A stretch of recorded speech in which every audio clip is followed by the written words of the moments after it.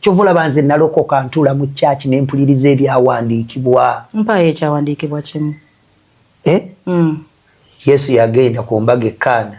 Change water into wine. Kyawandiikibwawo? Gwe. Tokubira bugembe. Nyambe ebirala nsose nenkwa gwe tekiriyo. Je kiri. Naye bwe ngamba nti kitugatta ffenna. Bwe ngamba nti mpaye ekyawandiikibwa. N'abatanywa ekyawandiikibwa ekyo kitugatta. Ffenna tukimanyi nti Kana yagenda. Naye yakola ki? Yakola omwenge. Wayini. Ate wayini soda. Omwenge baguyita alikokolo.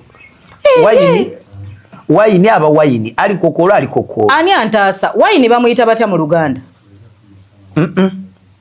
Wayini baguyita omwenge omuzungu. Ate kakati tugambye mu Luganda atogamba omwenge omuzungu.